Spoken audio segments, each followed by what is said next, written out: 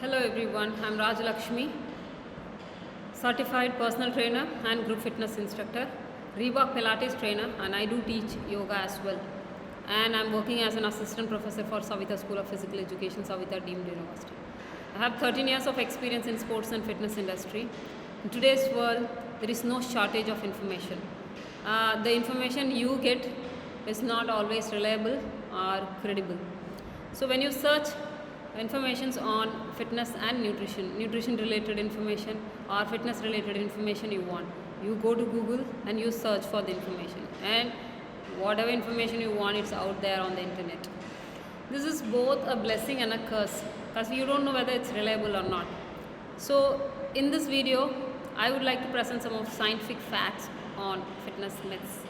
So I'm going to explain about fitness myths and describe about some of the common people's misconceptions on fitness. Let me debunk those myths. First one is, can women weight lift? So the ladies, especially women who are new to exercise program, they think whether they can lift weight or not. So there is a common myth that women, if they lift weight, they'll get bulkier. They will get bulky like men, but you won't. Women won't get bulkier like men if they lift weight, mainly because of the hormone they have. So the fundamental ingredient for muscle growth is testosterone, so which is a hormone that is found in high concentration in men, but we women do not have that much of testosterone. So when you don't have that ingredient for muscle growth, then you are not going to bulk like men. So you can lift weight, and which is very very safe and effective to increase your muscle strength, and you will have toned muscles, and you can maintain your bone health as well. So that's the first myth. The second one is, spot reduction is possible or not. So again, spot reduction is a myth. If someone advertises and says that I will help you to lose weight on a particular body part, then you don't believe it. It's a myth. So you cannot, scientifically it's not proven. If you lose 1 kg, you lose 1 kg from the entire body, from top to bottom, from head to toe, not from the particular part of your body. You need to understand that basic concept of reducing weight. So fat is lost from your body mainly because of two factors. One is by doing regular physical activity and following a proper diet. And then the theory of spot reduction has not been proved scientifically, which means it's not proved scientifically. So spot reduction is not possible. The third myth is sweating, the misconception people have on sweating. So people think that if you sweat more, then you are working hard, your exercise program is good, but actually it's not true. So people think that if you are not sweating, you are not working hard. It's not true. It's a myth. The reality is, sweating is not an indicator or a sign of exertion. Okay, so you think that when you sweat a lot, but commonly people think that they need to sweat a lot when they are doing exercise, but that's not the fact. Some people sweat even if they are not doing exercise. They relate that with the amount of calorie they burn. So they associate the sweating with burning more calories. Again, that's also not true. So you need to understand what is sweating is. Sweating is the body's mechanism of cooling down your body. It is a mechanism that brings down your body's body's temperature, and it's the heat that contributes to sweating. It's not an indicator of the workout or the amount of calories you burn. And the next myth is, no pain, no gain.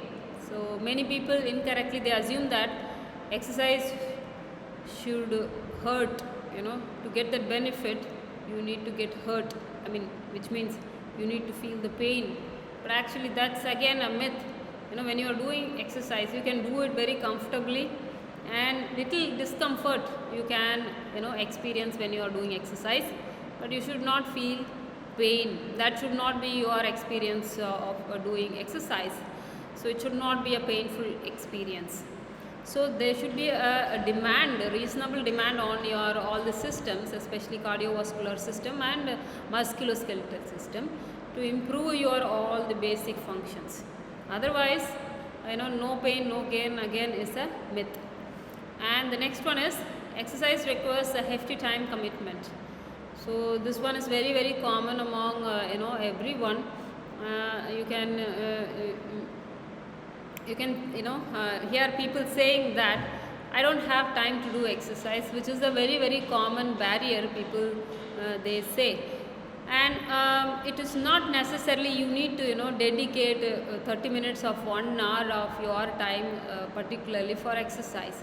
Exercise can be done even while while you are in office, and at least make sure that you are physically active for 30 minutes if you want to lead a healthy lifestyle. So that can be accumulation of 10 minutes in a day. And so it is again a myth. You can find time to do exercise if you are committed and if you want to lead a healthy lifestyle. And if your goal is to lose weight, make sure that you do at least 60 minutes of physical activity. This recommendation is given by AAS, which is American Council on Exercise, and ACSM, which is American College of Sports Medicine. So they normally refer and recommend the amount of exercise one can do. The next myth is if you exercise, you can eat whatever you want. Again, it's a myth. So you cannot eat whatever you want because you are exercising.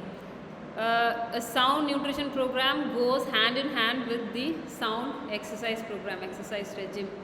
So if your goal is to lose weight or maintaining your body weight, you should add more fruits and vegetables in your diet, and you eat mindfully and mindful eating, and avoid processed food, high sugar intake, cut high sugar intake, and control the portion, the size of the meal, or focus on balanced diet. That will help you instead of believing that you can eat whatever you want if you do exercise.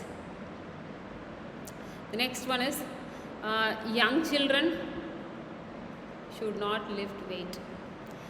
It's again a myth. Many think that will affect their growth, but ACSM recommends that children can undergo resistance training. They can do weight training safely, at least twice a week is recommended by ACSM. So the focus should be, when you are involving children in weightlifting, the focus should be on increasing, teaching the form of different exercises and the techniques, instead of improving their muscle mass or the muscle strength. They won't actually, even if you give proper weight training, the muscle size and strength won't increase until they reach puberty. Again, the testosterone plays a major role. It's not adequate in children for the muscle development. Until certain age, they'll not have that adequate amount of testosterone, which is the main ingredient of muscle growth, which I have mentioned in my previous slide. So performing proper routine can even prevent injuries, and it is very, very safe and effective, involving resistance training as part of children exercise regime. So children stay fit and exercise often. The last myth, that's all. So these are some of the facts which is backed up by science, and I have referred some of the articles on these topics, and I have presented these informations. I hope you find this information useful. Thank you. See you in my next video. Bye bye.